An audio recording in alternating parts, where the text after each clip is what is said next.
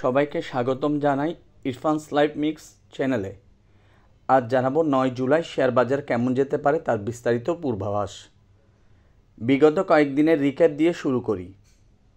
বেশ কিছুদিন ধরে বলছিলাম 4945 থেকে 4992 এই একটি গুরুত্বপূর্ণ জোন। 7 জুলাই আমরা ক্লোজ করেছিলাম 4976 প্লাস, এবং আজ অর্থাৎ 8 জুলাই বাজার শুরুতে যখন নামতে শুরু করলো কিছুটা হলেও দুশ্চিন্তা জেগে ওঠে, কিন্তু মাথায় ছিল জোনের লোয়ার লিমিট 4945 এবং আপার পয়েন্ট 4992। আজকে 8 জুলাই ক্লোজ হয়েছে 4981-তে এবং দিন শেষে বাজার পজিটিভ। Just amazing comeback. এই টানা চাপ সামলে যেভাবে বাজার ঘুরে দাঁড়িয়েছে তা অনেক কিছুই বলে দেয়। আগের দিন বলেছিলাম বাজারকে প্রথম চ্যালেঞ্জ নিতে হবে 5000 পয়েন্টের উপরে ক্লোজ দেওয়া, তারপর ধাপে ধাপে মুভ করতে হবে।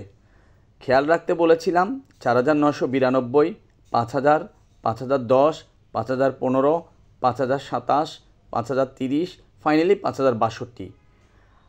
8 জুলাইয়ের প্রেডিকশন আজও বলবৎ আছে, তাই আপনাদের অনুরোধ করব ডেসক্রিপশন বক্সে দেওয়া লিঙ্ক থেকে ভিডিওটি দেখে নিন। মাত্র 3.5 মিনিট।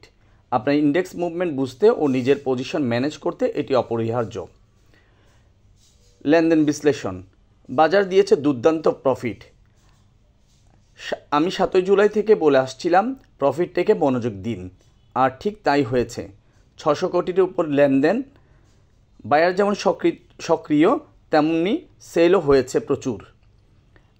আজকের ক্যান্ডেল সিনারিও বলছে সম্ভাব্য সেল সিগন্যাল, কিন্তু আজকের ক্যান্ডেল হতে যদি একটা আপট্রেন্ড ফেজ শুরু হয় তাহলে আমাদের লক্ষ্য থাকবে 5015, 5030, এমনকি 5062 পর্যন্ত। টার্গেট হিট করার পর আমরা কি দেখতে পারি? টার্গেট হিট করার পর আমরা দেখতে পারি একটি কাউন্টার মুভমেন্ট, কারণ প্রতিটি মুভমেন্টের পর থাকে রিট্রেসমেন্ট। সম্ভাব্য গ্যাপ ফিল হতে পারে 4816 থেকে 4773-এর মধ্যে। এই ফেয়ার ভ্যালু গ্যাপ ভবিষ্যতে ভরাট করতে আসতে পারে মার্কেট।